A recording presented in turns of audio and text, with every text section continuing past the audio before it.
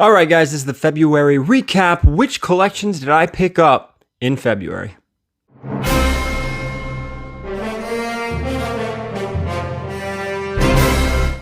All right, guys, we're going to break down the two collections very quickly that were picked up in the month of February. First, I want you to give me a follow, hit that subscription button if you haven't already, the thumbs up if you enjoy the video, the comment, all that stuff. And, of course, follow me on all the social medias, most importantly, Whatnot. Use the link down below in the description. If you haven't purchased anything on Whatnot, you can use that link, get $10 off your first purchase, and that would be awesome. Give me a follow, VERYGARY_comics, and watch out for April, guys.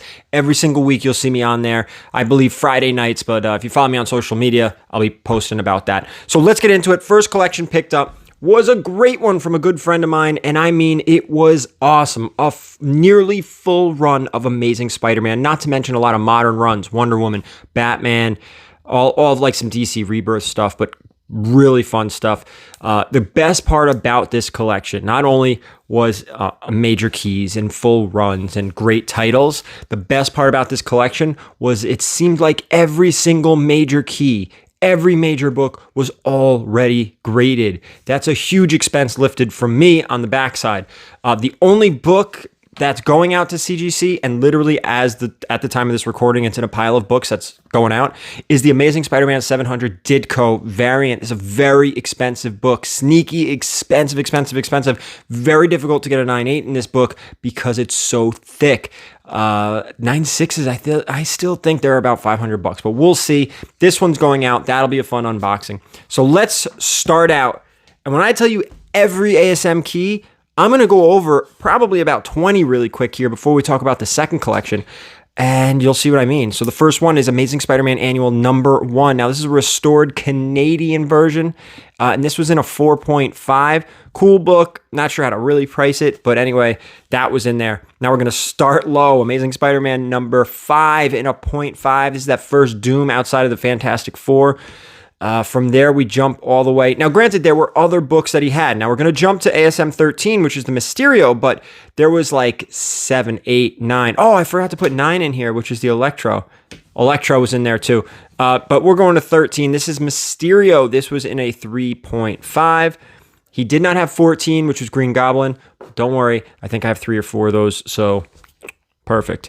15, Amazing Spider-Man 15. This is the first Craven. This one came in a 4.5.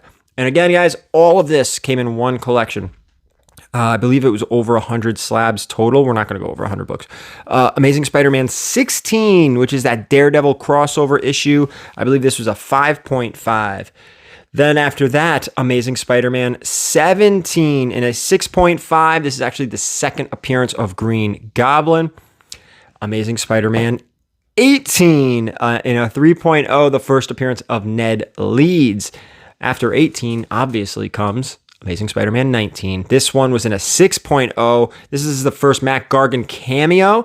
And then after 19 comes 20, which is the first appearance of Scorpion. We're going to take a little bit jump now. And again, all graded. Awesome.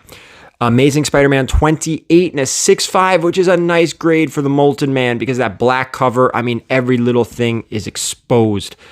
Every little nick, every little fold, every little bend.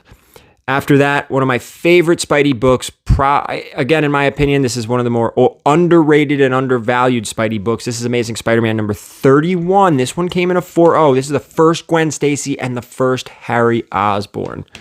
After that, we have 39 in a 4.5 and 40 in a 3.5. These books are awesome. Great covers. Fantastic. Silver Age Spidey.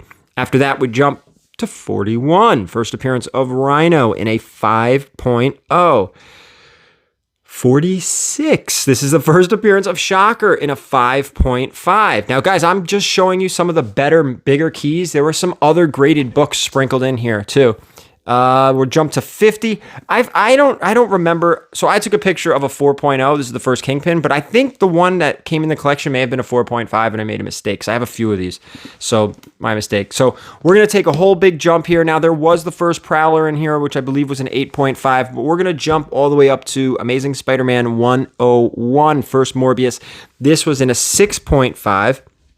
And then we're going to do 121, Death of Gwen Stacy, in a 7.0, and what's really cool is that he had 122 also in a 7.0, and this is The Death of Green Goblin. Gotta love those linear grades with the books that go together.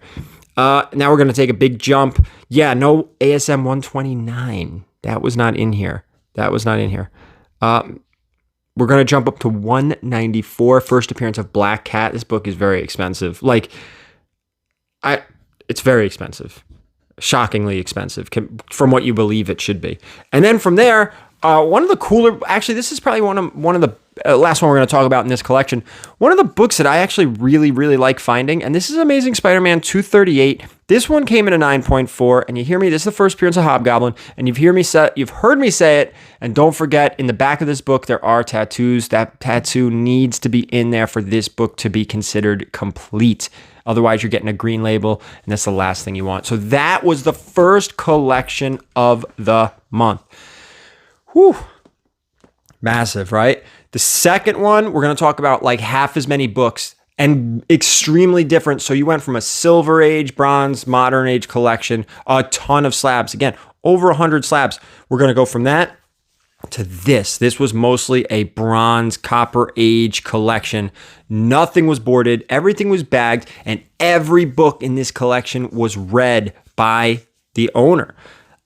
A lot of great books, and I believe I mentioned this in the video for this collection, that you can tell as the owner got a little bit older, a little bit more responsible, the conditions of these books got significantly better from the Bronze Age stuff over to the Copper and Modern Age stuff. So let's start out with some Spidey. Amazing Spider-Man 300. This book will be going off to CGC, and that's another difference between the two collections.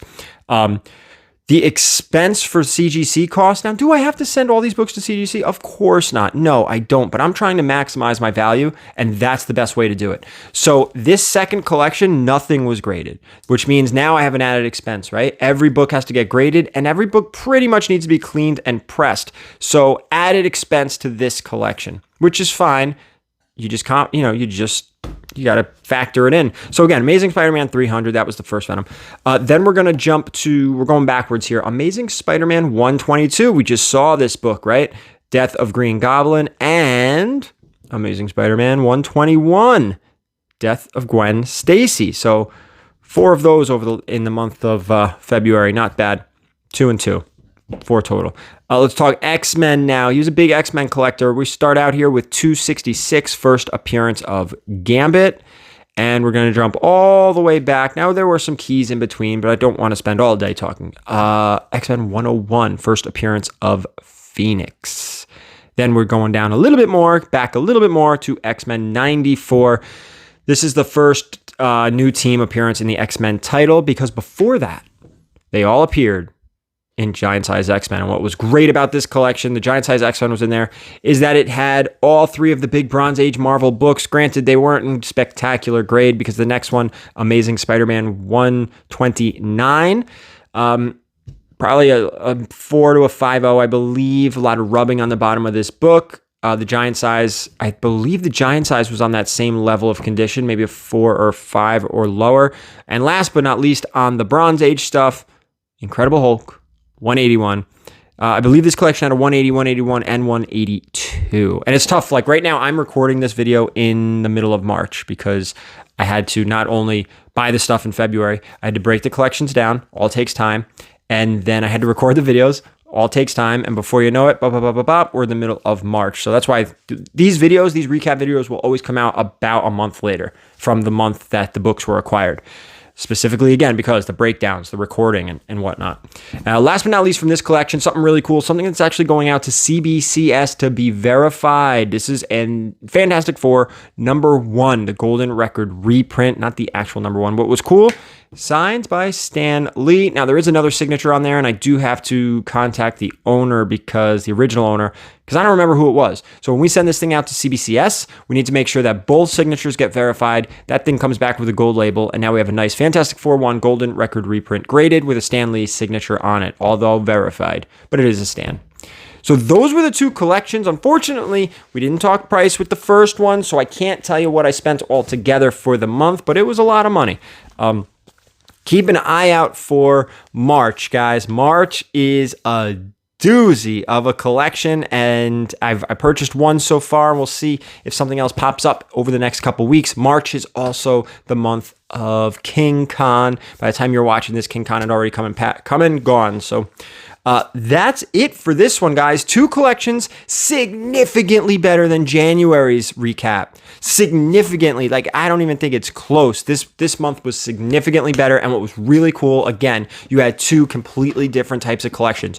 Graded, slabbed stuff, signed stuff, silver, bronze, modern, copper, everything. Whereas the other one, again, nothing was boarded, everything was red, everything was bagged, but everything has to be rebagged and boarded, and a lot of stuff had to go off to CGC. I only gave you like this much, so didn't want this video to go too long. So that's it. And guys, if you check down in the description below, not only do you have a cover price discount, you have the whatnot discount code, but I'm going to put the links to the 2 collection videos down there as well. So if you didn't get to see those videos, go check out the full length video. This was like, crammed. I crammed 2 videos into one here for the recap. So that's it. Guys, thank you so much for watching. I appreciate it. And as always, keep the comics.